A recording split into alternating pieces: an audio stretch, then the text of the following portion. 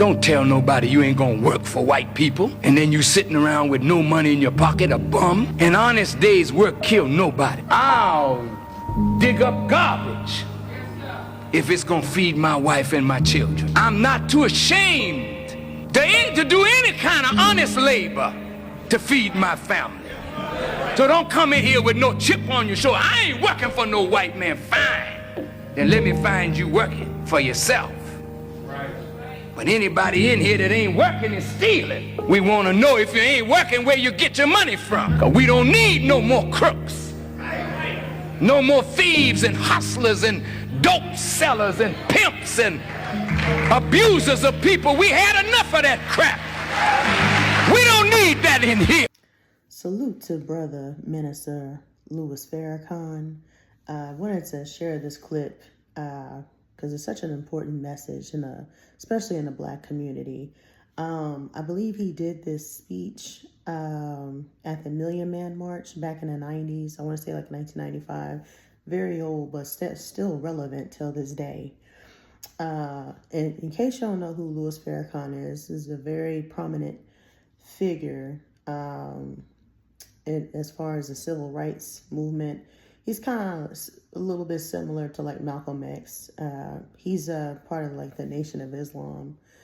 I know recently in the news, I found out his wife, Khadijah Farrakhan, recently passed away. I believe she passed away back in June. She lived a long time though. She's about 90 years old, and Minister Louis Farrakhan is still living today. He's about 93. Still looks good for his age. But the reason I wanted to highlight this clip is because I think this message is so important for our people. I feel like a lot of us don't have the motivation or the uplifting that, especially the younger generation, that they need today. I don't know what's happening out here, but I feel like a lot of our younger brothers and sisters, they're failing. I feel like the community itself is failing.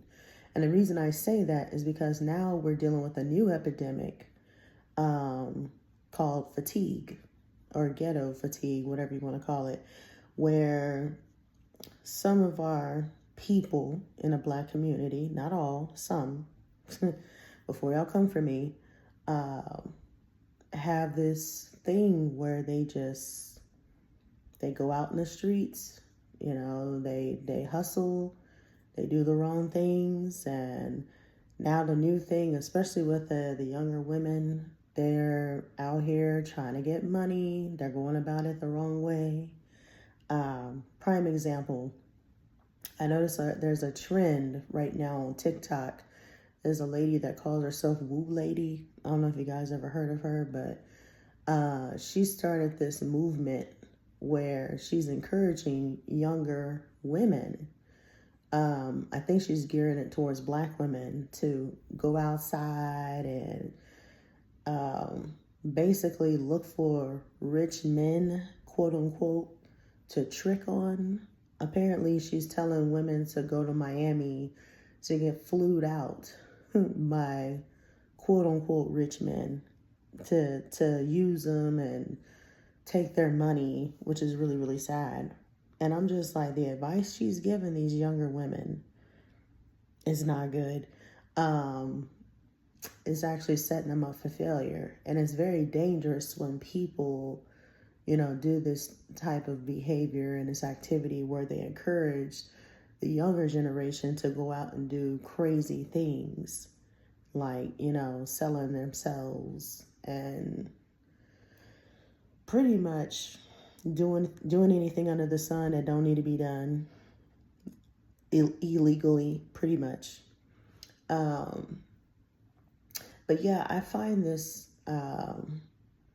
this message very, very, like I said, very important, because people don't realize how hard it is to go out here, get a job, and keep a job, and make something of yourselves.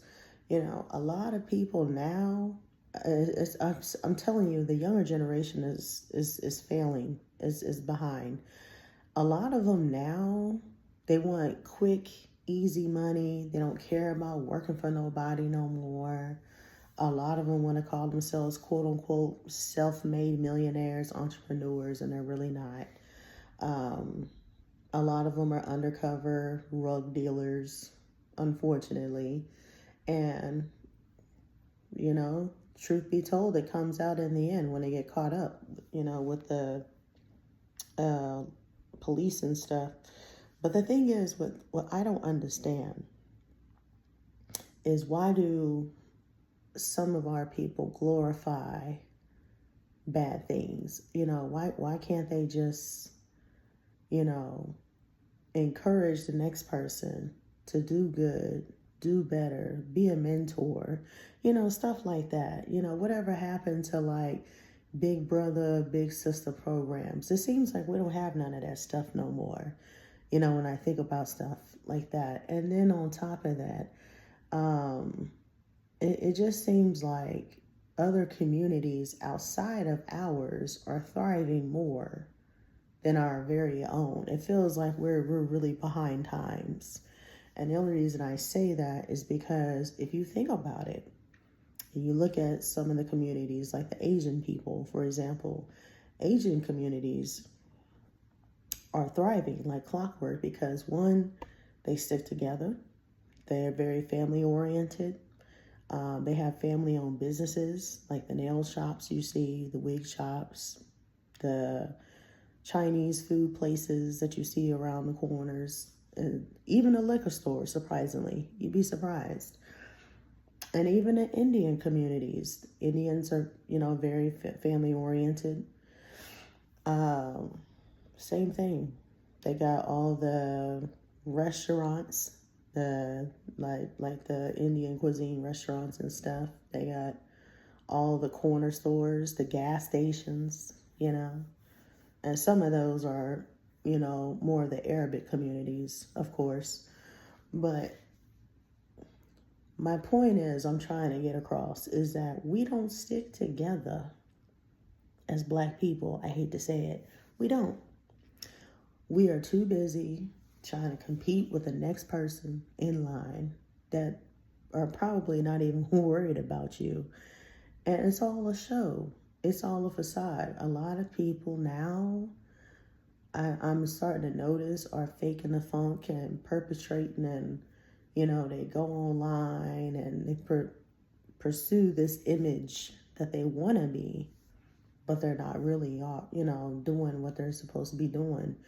And another problem I'm starting to notice too with this generation, there's a lot of scamming going on. I don't know if y'all notice the same thing I'm noticing, but a lot of them are scammers, you know? A lot of them are think it's cute to go out and do bad check scams and set up fake businesses, fake LLCs. You know, I never understood the logic, you know? But see, back then it was different, you know? Before my time, before I was even born, hell. I'll give you a good example. My parents, they're baby boomers. They were born in the 50s and 60s. Well, actually, both of them were born in the 50s. My father was born in 52. My mother was born in 58. So they're well into their 60s and 70s. Anyway, excuse me. The reason I bring them up is because they are the perfect example of what hard work and motivation looks like. When you get on a job, you stay on it, you become something, you make something out of yourself, you build a career, you make a family, and you retire, you know? Father was a breadwinner of the family. He worked at a power plant 30 plus years. And he was there since he was like, I don't know, I want to say like 17, 18 years old, somewhere around there. Right after my parents got married, my father started working at the power plant. Been there ever since. But he retired early, I want to say in 2005, when I was still in high school. And he took a pay cut. He took a pay cut on his pension, still did well, got a fat check. Then he used his pension and flipped it and into, started investing into real estate. He started getting rental properties, started flipping properties, and now he has a plumbing business. Very successful, black guy. My mother, on the other hand, is more traditional. She was the homemaker, took care of the kids, cooked and cleaned as usual. That's how they did back in the day. She didn't necessarily retire, but she did keep a working job. She worked, if it wasn't at the supermarket when we were children, she worked in like health and housing. She did like a lot of home health care, stuff like that, nursing stuff. I think at the time she was like a CNA or like a LVN. And now she's just chilling at the house. I mean, the last time I checked, she still kind of does a little bit of healthcare, but she don't do no more CNA crap. She does more like home health, where they go in, they have a client, they call them clients when they get assigned to somebody that's elderly or something. And, she goes in and cleans up their house, wash the dishes, sweep the floors, and, does their grocery shopping. That's it. Just a little part-time thing, and then keeps on going. But the reason I wanted to highlight that is because a lot of families, sadly, aren't very traditional like they used to be. I feel like back in the day, a lot of black families that were really thriving and doing well for themselves, they were very traditional. The father was normally the breadwinner, the mother stayed at home, cooked and cleaned. Or you had both parents working. One just had a part-time job, the other one had a full-time job, vice versa. But the point is that I feel like black families back in the day were way stronger and smarter than the ones now. Now, I'm not saying the ones in today's era aren't smart or wise or anything like that, but I feel like they had a stronger, what do you call it? I can't think of the word, but they had a stronger future versus the people in today's world. I feel like now what I'm seeing across different cities and states, a lot of the younger generation, they either are together, they're not together, they're more single people than married couples. A lot of them are divorcees, and they glorify that. I don't understand why, but I can understand if you went through something messy and stuff and you don't want to get remarried, that's fine. But when people, I feel like they get into these quote unquote relationships, they marry the wrong person, and then they turn around and celebrate when they split up. It makes no sense. It's reckless. Stuff like that I don't get. But back then we had that strong black love. I feel like people had more morals and values than today. I don't know. That's just my opinion. I feel like now some people have morals, some people have values, but most people don't. I feel like a lot of our brothers and sisters are still lost. They just don't care. They don't want to work for the man, like Brother Farrakhan stated in the clip. I don't get it. What's wrong with having an honest, job? There's nothing wrong with that. There's nothing wrong with working on a 9 to 5, or working for yourself. If you want to, be a employed or whatever you call it.